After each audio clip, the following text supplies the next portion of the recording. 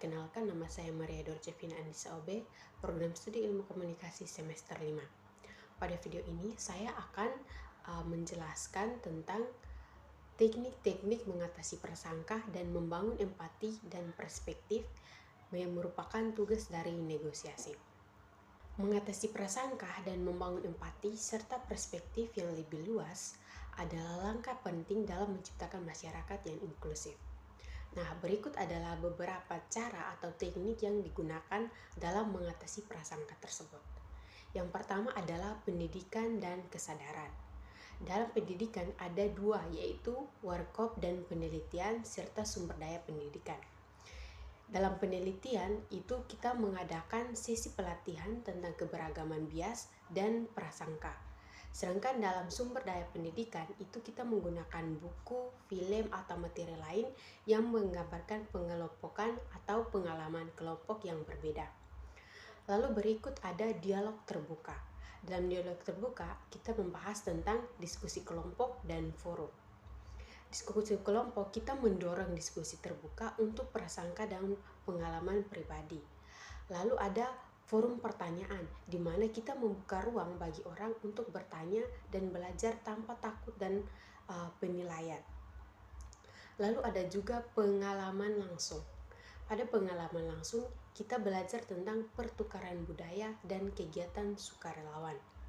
Pertukaran budaya yang dimaksud di sini adalah untuk menghadiri acara budaya atau komunitas yang berbeda untuk memahami perspektif lainnya.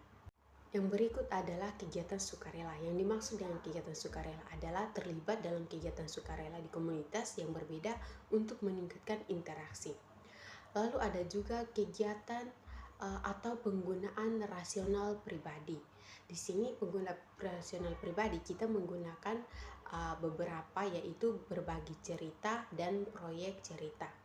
Jadi di bagian berbagi cerita mendorong kita untuk berbagi pengalaman hidup mereka sehingga orang lain dapat memahami konteks dan tantangan yang dihadapi. Lalu proyek cerita. Di sini membuat proyek atau mengumpulkan dan menggambarkan cerita dari berbagai latar belakang. Yang kelima, latihan empati. Nah, di latihan empati ada latihan mendengarkan aktif, di mana mengajarkan keterampilan mendengarkan dengan penuh perhatian dan tanpa interuptif. Lalu ada perspektif berjalan, di mana mendorong individu untuk membayangkan diri mereka dan posisi orang lain atau mencoba merasakan apa yang mereka rasakan. Lalu ada juga refleksi diri. Nah, di dalam refleksi diri ada jurnal pemikiran dan pemeriksaan bias.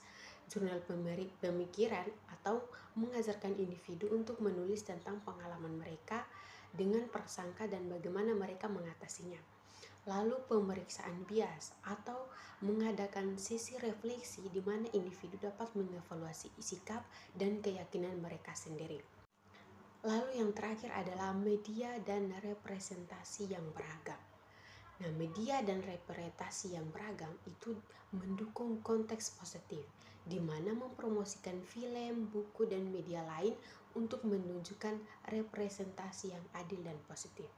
Lalu ada kampanye kesadaran, di mana mengadakan kampanye yang menyoroti keberagaman dan tantangan yang dihadapi oleh berbagai kelompok. Jadi dengan menerapkan teknik-teknik ini, kita dapat mengatasi prasangka yang ada dan membangun empati, serta memperluas perspektif kita terhadap orang lain. Sekian dari saya, terima kasih.